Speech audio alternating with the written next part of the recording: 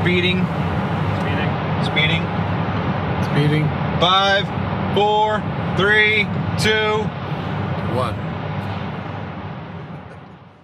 The world is changing faster than ever.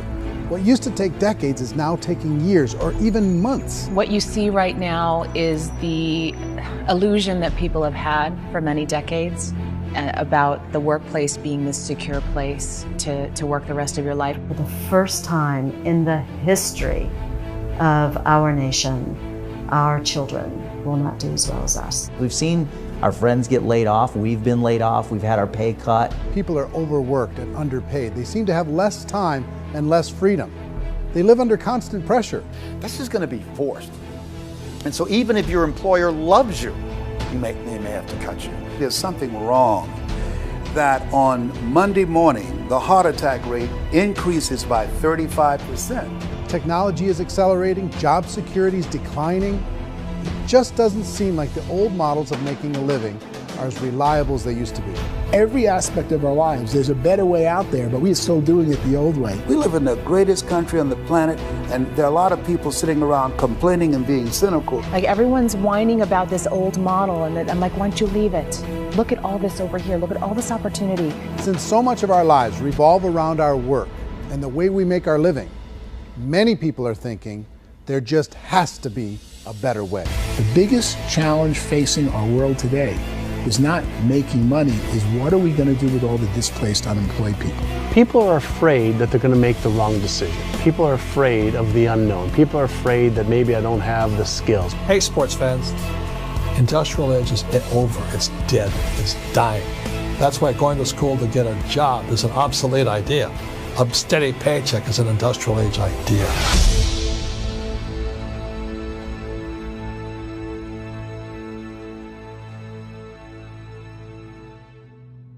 It's the search for answers that has brought us here together today. My name is Eric Worre, and for almost 30 years I've been an entrepreneur, struggling at times, but ultimately succeeding. As a best-selling author, speaker, and business owner, I've spent my entire career helping millions of people around the world to become entrepreneurs. And I believe strongly that there is, in fact, a better way when it comes to how we make a living. The career landscape has changed dramatically, and many are still working in a model that is completely out of date. What worked for previous generations isn't working as well for people today. In this film, we're going to explore 3 important questions. First, what's really going on in our working world today? Second, in this new economy, is it better to become an entrepreneur, or is it safer to work for someone else?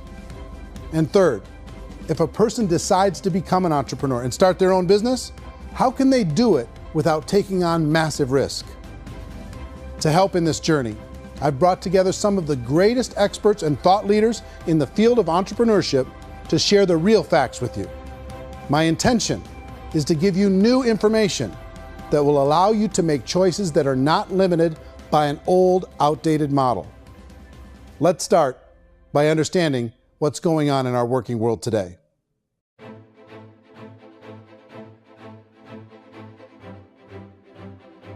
Let's look at unemployment. 30–40% of the people are honestly not working, but would be working. What our government does is if you haven't found a job in 6 months, we don't call you unemployed. We pretend you dropped out of the labor force. I've often said that unemployment, particularly structural unemployment, that's unemployment due to technological changes, is the first sign of economic growth. Think of it, 10 people live on an island. They go out every day and fish.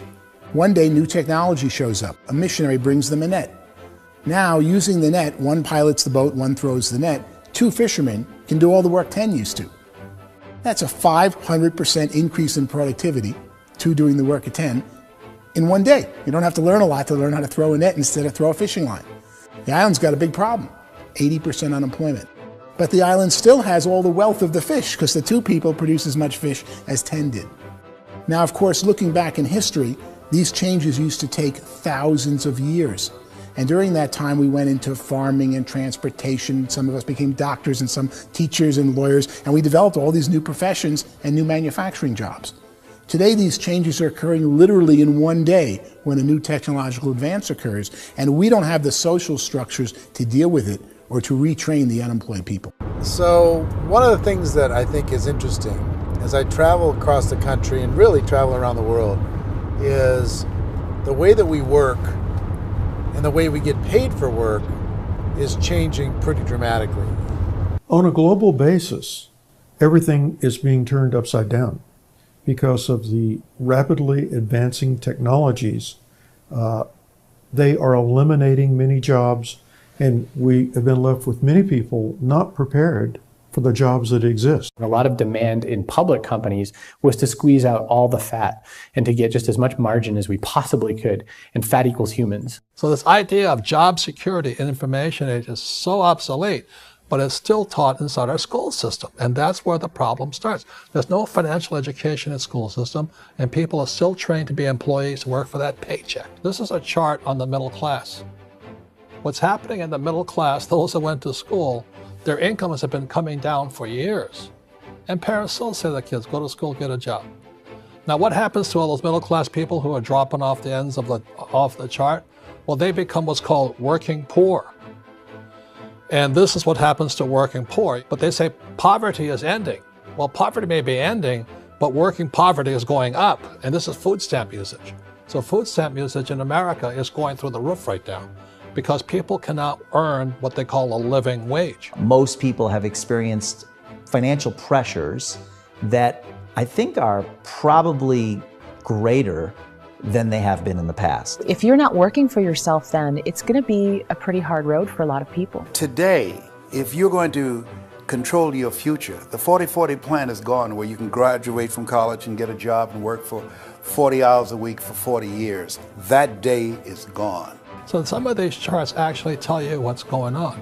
And this is a really interesting one, you know. People are going back to school because if I go back to school, I'll get a nice job.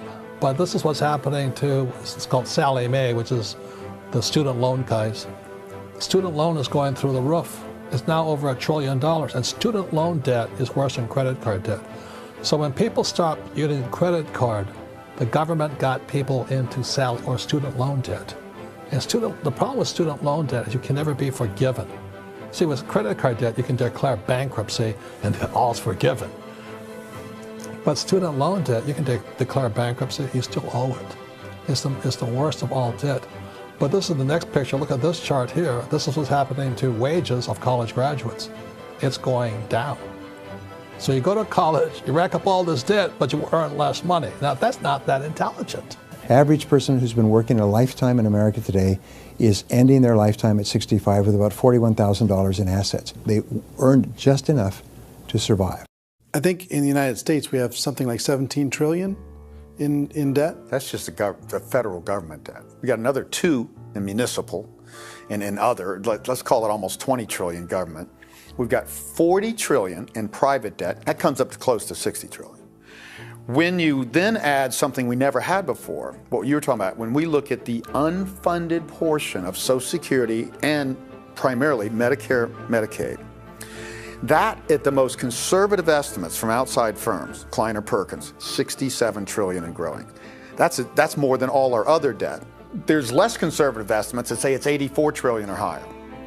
I added up conservatively $127 trillion in total debt. Debt is a financial drug.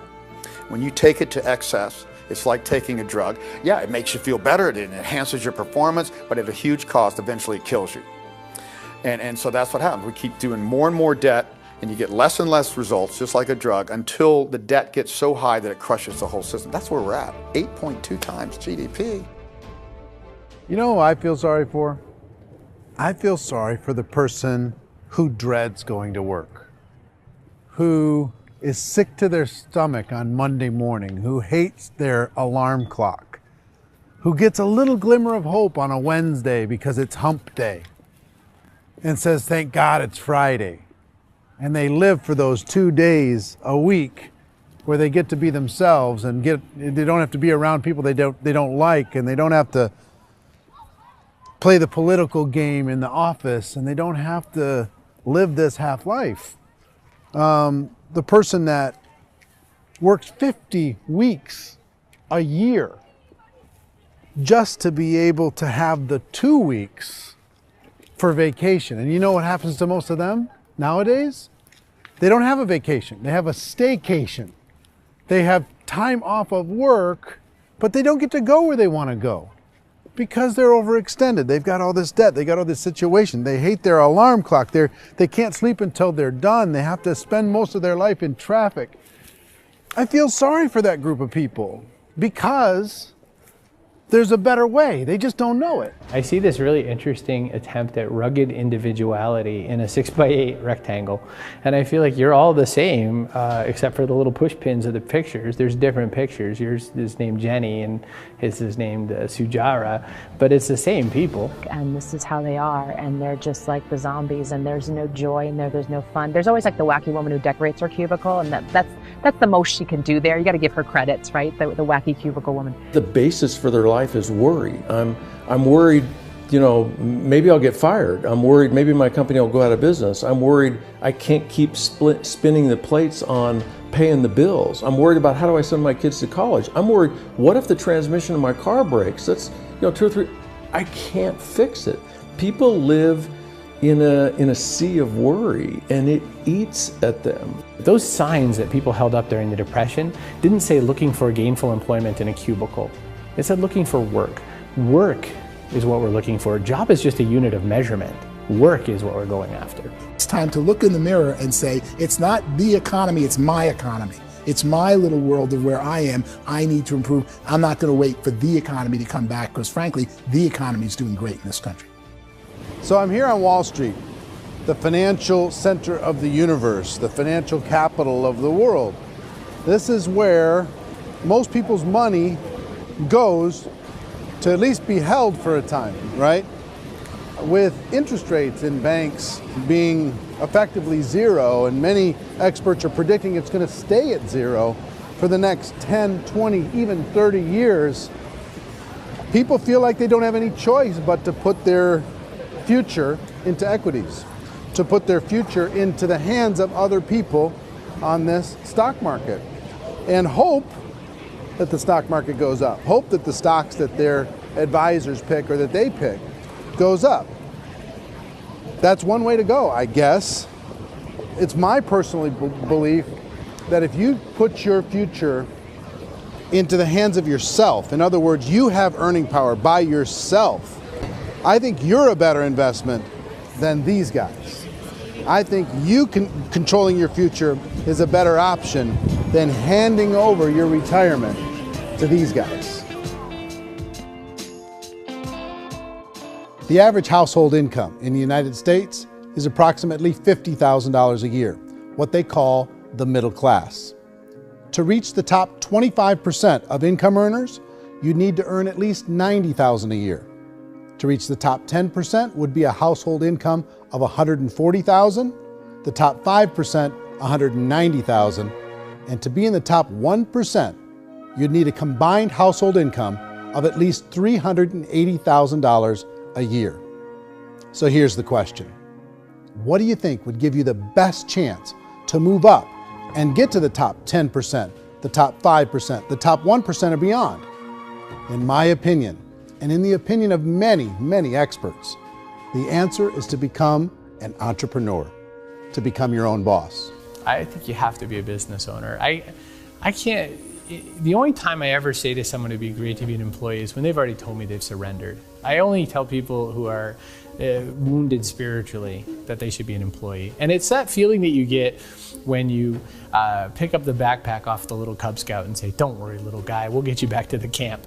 You know, it is in no way a kindness when I tell someone they'd be a great employee. The other status symbol really increasingly is lifestyle. And people can own their own business, maybe even work out of their house. That, I tell you, people admire that, like, gosh, I wish I could do that. The spirit of the entrepreneur is to be a risk taker and to be resourceful and unstoppable and to have a vision of yourself beyond where you are and not willing to settle for life as it is. Think about the great entrepreneurs. They're visionary. They have heart. They're willing to do today what others won't so they can do tomorrow what others can't. Personally, I don't think of the new economy, the old economy. I create my own economy.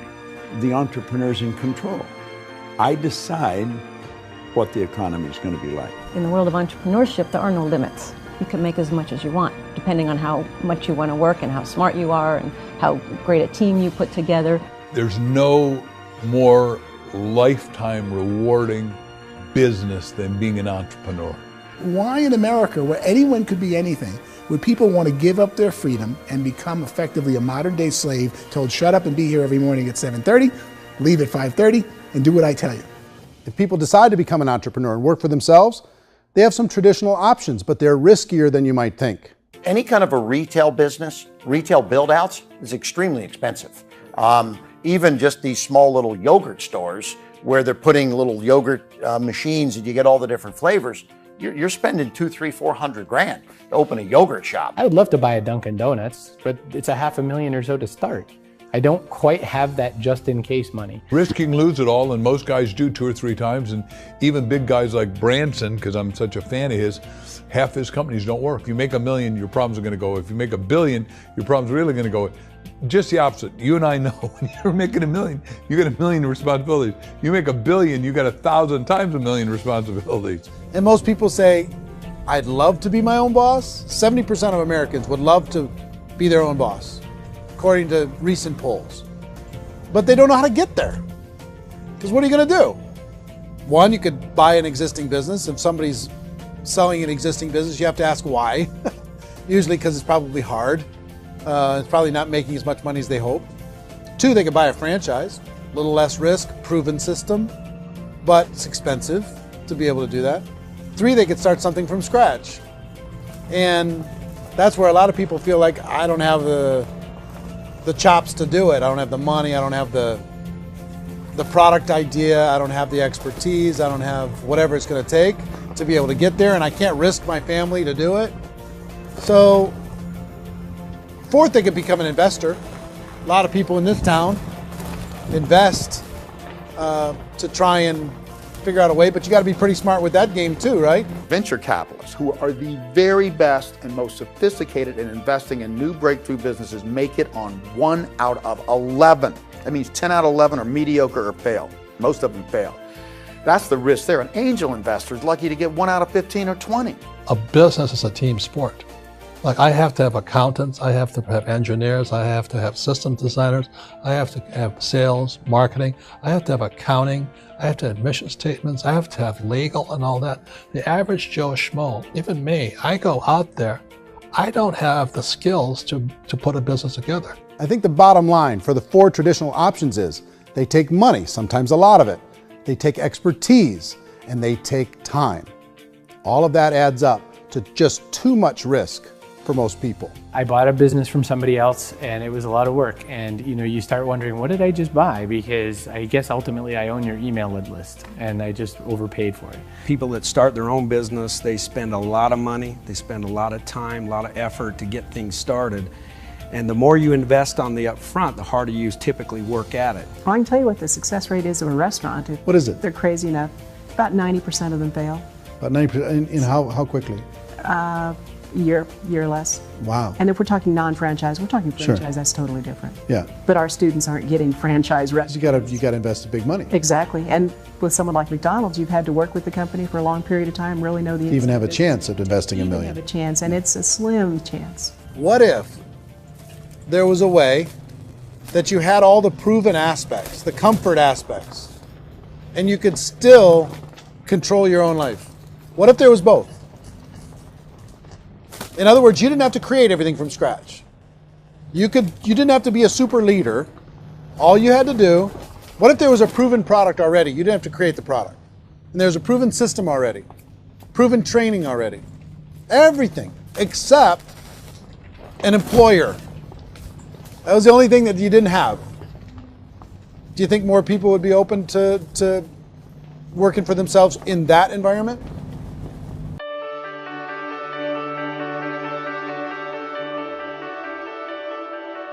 In our search for a better way to make a living, we've come to the conclusion that becoming an entrepreneur is actually safer than being an employee.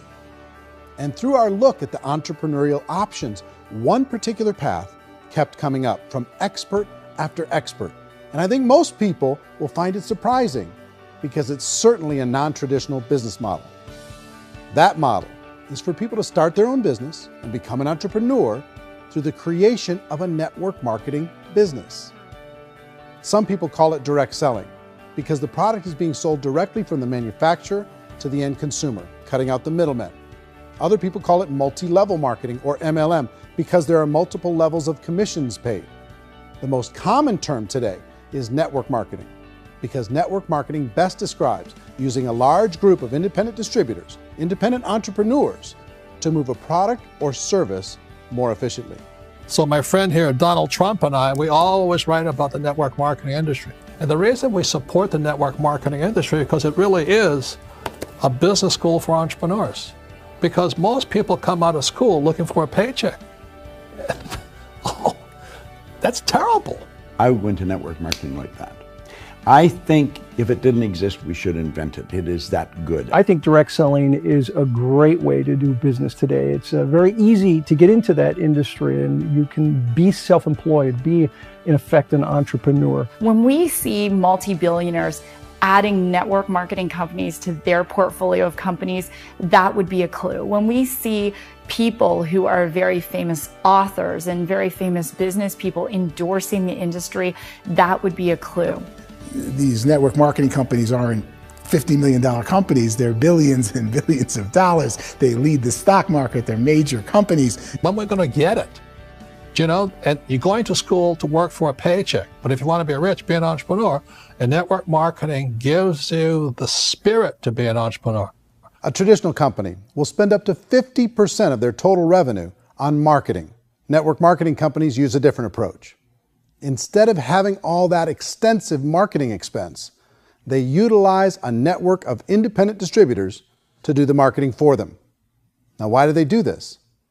First, because word-of-mouth advertising is so much more effective today than traditional media advertising. Second, some products need to be explained or demonstrated, and an independent salesperson can do that more effectively than an ad campaign. Third, it's completely efficient. The company only pays for the marketing of their product if a sale happens and not before.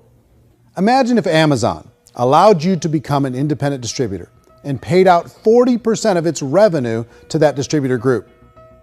All you had to do as a distributor was recommend a product, and if a person bought it on Amazon, Amazon would take care of all the logistics, and you'd get paid for bringing the customer. Now imagine you got paid for every purchase that customer made for the rest of their lives. Well, Amazon doesn't offer this option, but network marketing companies do. 85% of all buying decisions in our society are made as a result of word of mouth or reputation. We're recommending things to each other all the time. You know, who's your dentist? Who's your doctor? Who's your lawyer? What detergent, are you using? What legal system are you using? What product are you using? We're talking to each other about the things that we love anyway. When you go into a big box retailer, you're lucky if the clerk looks you in the eye, much less gives you any detailed or accurate information about what you're purchasing. So of course, this personal information, this education coming from a friend, a neighbor, a relative, or even a stranger, but one who has experience with the product is extraordinarily valuable. As a matter of fact, network marketing can educate consumers probably better than any other form of marketing. It certainly can do better than advertising, because advertising usually has a certain hype to it, and you can only get limited information. So, network marketing trumps advertising. If you were a typical sales company and you wanted to sell $1 million a month worth of product, you might go find 100 superstar salespeople. The quota would be $10,000 a month. So network marketing as a distribution system just flips the numbers. So we use 10,000 happy, raving fans of a particular product, and we don't concern ourselves so much with how much product each one of them individually sells. If they sell just $100 or $200 a month, and there's 10,000 of them, you're selling $1 million to $2 million a month worth of product. And that's the best way I can explain how network marketing works. This is the marketing arm of the company. There's not money being wasted on bricks and mortar. There's not money being wasted on inventory that's sitting stagnant somewhere. There's not of employees standing around that don't have customers. These are people that are going to connect with customers. These companies allow people to become independent distributors for extremely low cost and with no minimum time or sales quota. Essentially, they own their own business and can provide as much or as little sales as they choose.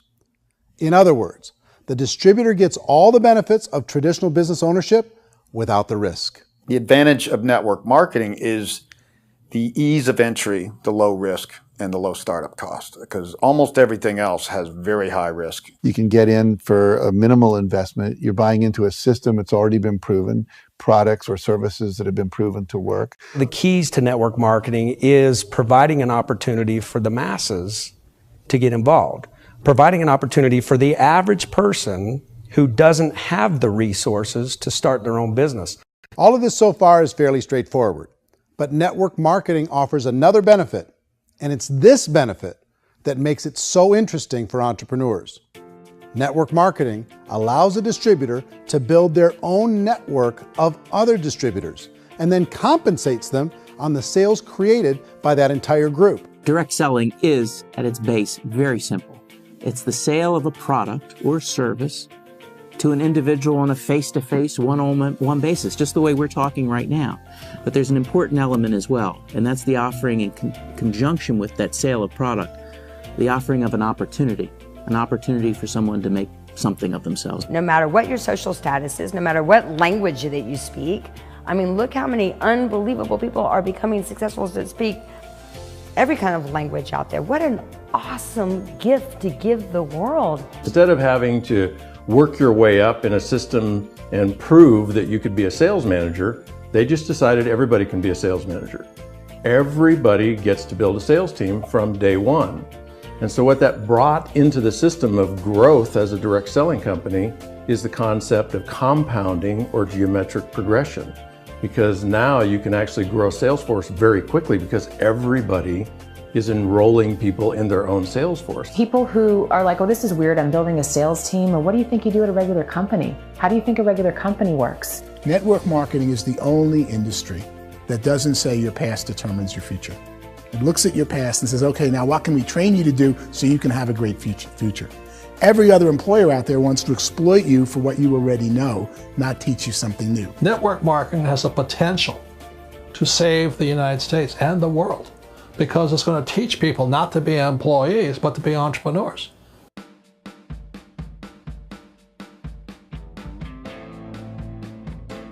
According to the Direct Selling Association, if you add up all the network marketing companies around the world, they combine to do over $178 billion a year in retail sales. To give you an idea of how big that really is, the NFL, the National Football League, does approximately $9 billion a year. The music industry does a little more than $16 billion a year, and the movie industry does about $80 billion a year. Using a conservative average, network marketing companies pay their distributors about 40% of that $178 billion in the form of commissions, which adds up to more than $71 billion a year. That's almost $6 billion a month. It's almost $200 million in commissions every single day. So it's certainly working, and people are making serious money in network marketing. With the growth of the direct selling industry over the last 10, 15, 20 years, we've seen a broader understanding of the channel. We have seen more and more people getting involved in the business, so our penetration in the marketplace has increased, and thus the understanding in the marketplace of who we are has increased. And we've seen non-direct selling companies look at the direct selling model and say, something's going on there. People are making money, companies are being profitable, individuals are being motivated, product is being delivered to market. Maybe we should explore this. Some people think only the people at the top make money. Well, let's take a look at that as well. In the network marketing profession, there are roughly 500 people in the world who earn over $1 million a year. If you round that number up to $2 million a year, that adds up to about $1 billion a year. That takes the $71 billion paid out each year down to $70 billion. So where does the rest of the money go? The vast majority goes to part-time people making anywhere from a few $100s a month to many thousands of dollars a month. It goes to people who choose to make it a full-time career move and earning even more than that. Every day, people are using the money they earn through network marketing to pay off debt, have more fun, and improve the quality of their lives. Everyone I know in network marketing has been doing that since the 50s. They go to work when they want to go to work. They stop working when they want to take time with their children to have a leisurely breakfast and discuss issues and driving to school. They go back to work when they get home, wherever they're working out of. The biggest thing that I've seen is people that have become much happier in their life. MLM has probably made more millionaires of more people in more countries, and I've spoken to them in 67 countries, than any other single form of business, starting from nothing. If they have a choice between working a job for the next 10 years or working a network marketing business for the next 10 years, the result of working the network marketing business will be better.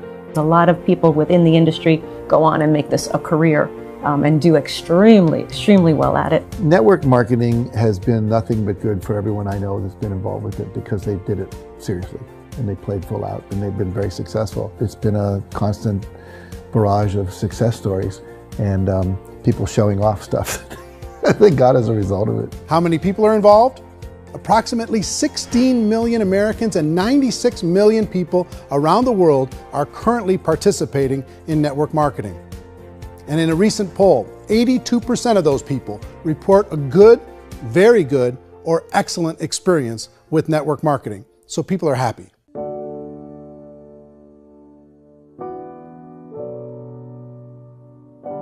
So I've taken a look at the network marketing profession and really tried to understand why so many people are confused as to the validity of this as a business. One is this pyramid shape. People get really messed up with this pyramid. Oh, it's one of those pyramid things. So I just think there are a lot of haters out there who really don't understand the industry and say, oh, it's a get-rich-quick scheme. It's a pyramid. Well, corporate America is a pyramid scheme. You know what I mean? It goes like this. You have thousands of MBAs, let's say working for Ford or General Motors or Coca-Cola. If all these MBAs are all trying to get to here, that's a pyramid. Only one guy's going to make it. Every 10 years, one's going to make it. Whereas you look at network marketing, it's like this. So you're here, and your job is to develop other CEOs coming up behind you. So it's an inverse pyramid. In network marketing, it's a very simple concept. If you sell product, you get paid. It is paid based on production. There is no first mover's advantage. There is no investment component where the more somebody spends, the more they're entitled to make. So the two are polar opposites of each other. It doesn't matter what shape the company is or the compensation plan is shaped, whether it's a circle or a pyramid or a triangle or a trapezoid, it doesn't matter. If compensation is coming primarily from recruitment, then you've got a problem. On the other hand, if an operation is basing their compensation to participants on the basis of sales, even when those sales are generated by people you've recruited, well, then you're a perfectly legitimate enterprise. That's the legal test, it's the practical test. Another issue that's been true in the past that is no longer true now is people used to be in network marketing loaded up with products that they couldn't sell and they ended up a loser. They ended up with a bunch of product in their garage, they ended up with a bunch of products sitting in their kitchen shelves or whatever, and they thought they could sell it and then they weren't willing to or able to sell it and they ended up with a bunch of stuff and they were bitter about it. There was this thing called front loading where you had to buy if you bought $25,000 worth of product, you got better commissions and all this. Today, it's almost all done by computer. It's direct mail comes from a warehouse somewhere else. You don't have to have all this inventory. You don't have to stock up. It's a paperless world now. Most of it's done online. You have a back office. It really works. And I mean, the technology has changed everything. Third issue is people start talking about 99% of people in network marketing don't make any money. Well, we've talked about that over the course of this journey together. Almost $200 million a day is being paid out to network marketing distributors around the world. The naysayers, the people who say that it doesn't work, are usually the ones who just don't know how to make it work for themselves. And so they're giving you an opinion, and I tell people, don't confuse people's opinions with expertise, because opinions are free. And don't confuse sincerity with the truth, because people can be sincerely wrong. But here's the reality inside of network marketing. The vast majority of people that get involved in network marketing just become customers, and they get involved to be able to purchase product at a lower price. If you take Costco as an example, if a person goes into Costco and gets a membership to Costco so they can get a lower price on the product, we don't call that person a loser because they have a bunch of product that they walked out with with a smile on their face. Yet when some people want to take a look at network marketing, they say, well, those people, they're just using the product and they aren't earning an income, so they must be a loser. They're not a loser, they're a happy customer. That's the vast majority of people that are involved in network marketing. Now, a smaller percentage of those people decide to go build a business. They earn $300 a month, $500 a month, $1,000, $2,000. That's the bulk of earnings in network marketing. And then there's the few that really decide to take it serious, really decide to build a large network, really work to make that network very, very productive. And those people make huge amounts of money and there's no cap. What I do as an outside economist, just somebody looking at this industry like any other industry I speak in and say, look, what's the realities of this? 1% do incredibly well. 10% generate some additional income at pretty low risk and effort. That's not, and 90% of people roughly end up customers. One thing that I think is real when it comes to people's perceptions about network marketing is people put this, and distributors, I think, involved in network marketing have some responsibility for this. They have sometimes unrealistic claims about the product or about the income. Most people who become distributors, they want the money, they want to be successful, but they don't have the skills. They don't know what to do. And when people don't know what to do and they're in a new business, they're scared. And when they're scared, they panic and desperation kind of sets in. So they think everyone they talk to has to get in. So if I talk to you and you say, well, no, I don't have time to do that, they're like, no, I need you. You have to do this or I won't be successful. So I start clawing on you. I start that desperation. So then I start making claims about the product, which are not appropriate, probably not even true. Or I start saying, oh, let me show you how you can make all this money and you don't have to do anything, Eric. And so you just totally misrepresent the opportunity, and you're clingy with people because you think you need everybody to be successful, and you don't. You know, one of the messages that I try to deliver most forcefully to companies as well as salespeople in direct selling is that you don't have to overpromise. The reality is in network marketing, there's a lot of hard work involved. There's a lot of effort. You're going to have to develop yourself. It's a business like anything else. It's going to take some time, but in my opinion, it's better.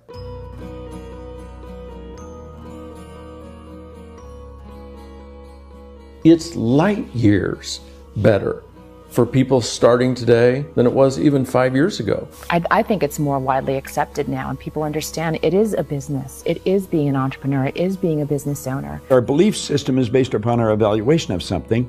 And frequently, if we reevaluate a situation, our belief about that situation will change. The industry has changed and it's grown up. It's totally transformed. You've got young people today that have grown up with social media, and they understand networks. They understand how people are connected through technology, and they understand how money flows through those networks. So when they see network marketing, they don't see it the way their parents saw it. And we've all learned, the larger industry that you represent, has all learned from those mistakes and flaws and errors that have happened early on. Early algorithms didn't work the right way.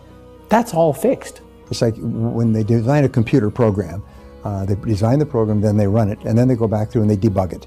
The MLM industry has been debugged. This is the day of being virtual, being able to run a business from your mobile phone. I mean, it's incredible. Companies are getting smarter. They're implementing more consumer protections. They're implementing more compliance training. They're doing more with respect to product research. If you do get involved and you make purchases of inventory, even on a voluntary basis, if you decide that this business is not for you, you can leave and have that inventory repurchased by the company. There's no other business that offers that kind of protection on a voluntary, self-regulatory basis.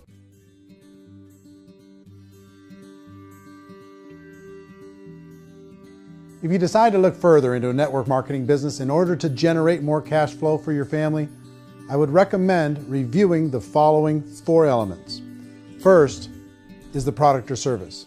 And on the product or service, I would ask 5 important questions. 1, do you like it? Is it something you would feel comfortable sharing with others? 2, is there a recognized need in the marketplace? It's hard to create a need if one isn't naturally there. 3rd, does the product meet that need? Does it solve a legitimate problem for consumers? And 4th, is it priced to sell? Can it compete in the marketplace? And fifth, is it priced for profit? Is there enough margin for the company and the distributor to be able to generate income for the long term? If you can answer the questions on the product to your satisfaction, the next element to consider is the company itself. Is it well run? Do you believe in the founders or the management team? Do you feel they have what it takes to go all the way? See, it doesn't matter how good the product is if the management can't take care of the company. Good management can change with the times. They can handle adversity. They can make good decisions. Make sure you choose a company that can serve you for a long time. The third element to consider is the compensation plan. And with that, there are 3 important things to look at. First, a brand new person needs to be able to generate some money fairly quickly.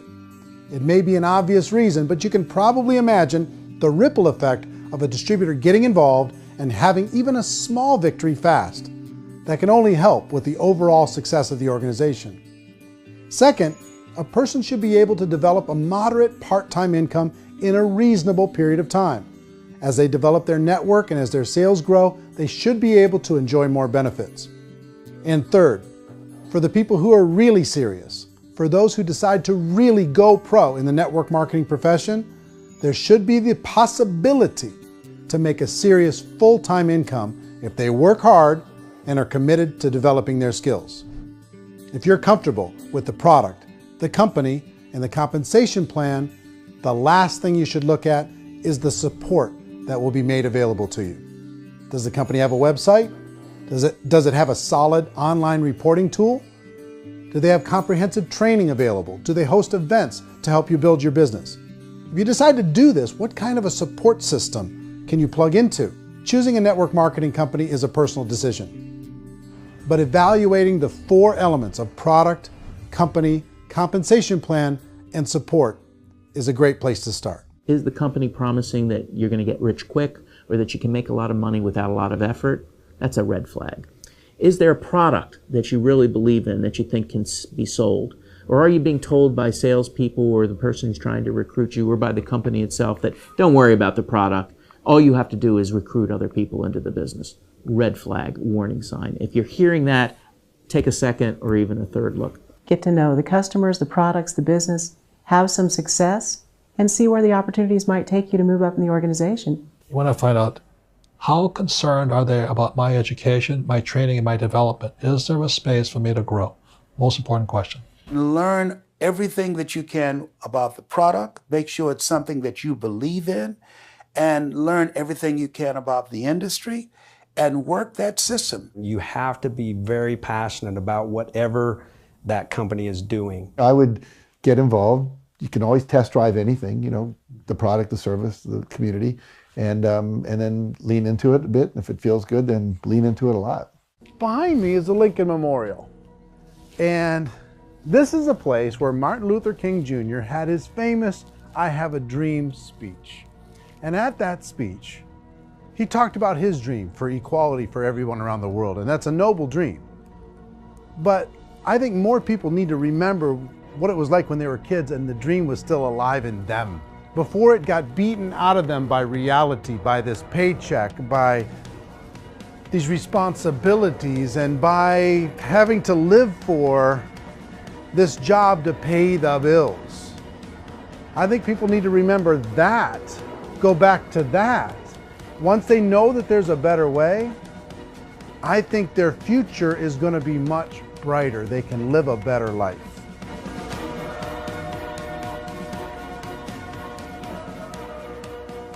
So if you're considering getting involved in a network marketing company, let me offer you just a few pieces of advice.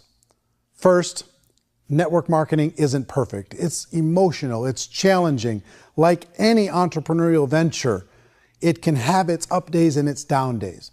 But if you have an entrepreneurial bone in your body, it's just better. Second, if you're gonna do it, decide to be professional. Decide to go pro. It's better to do that than just be this amateur sticking your toe in the water. Third, as any professional, you're gonna have to learn some new skills. And I promise you, inside of the network marketing profession, they're not too difficult to learn. Fourth, like anything worthwhile, it's gonna take some time.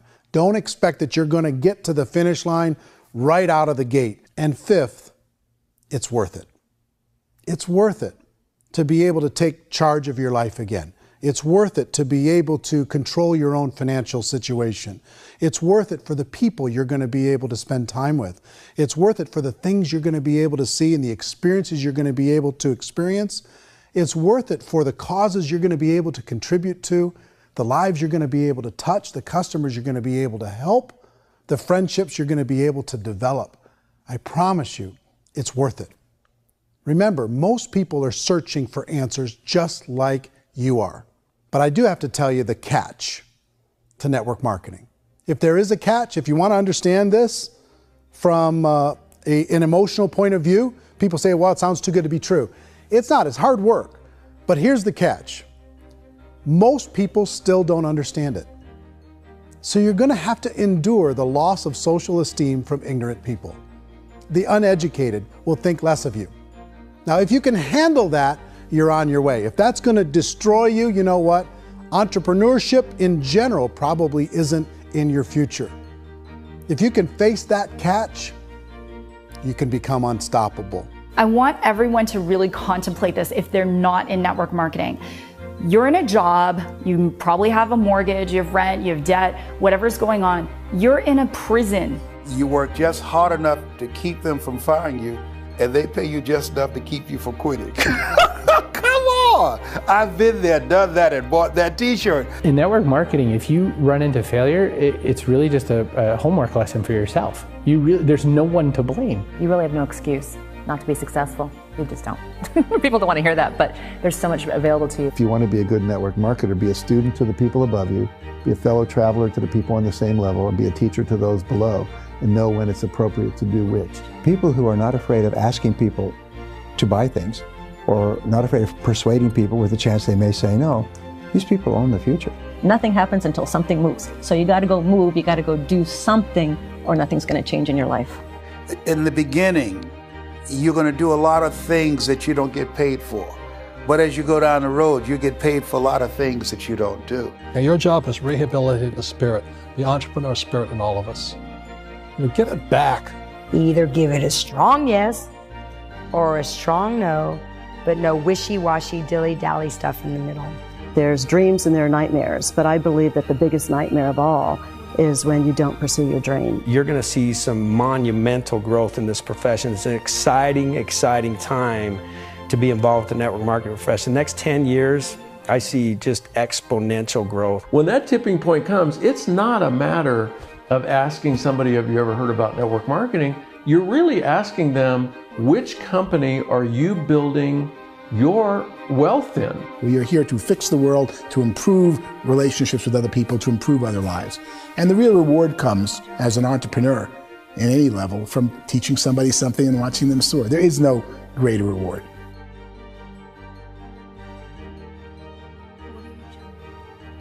Life's too short to spend it living someone else's dream instead of your own. It's too short to spend it living at a fraction of your potential. Can being an entrepreneur be a challenge at times? Sure. But here's what you get in exchange. It can be yours. Something that you built, something that you created, something that you made happen. This balloon represents your dream. It represents entrepreneurship. My wish for all of you is that you would reach out and grab it. The choice is up to you.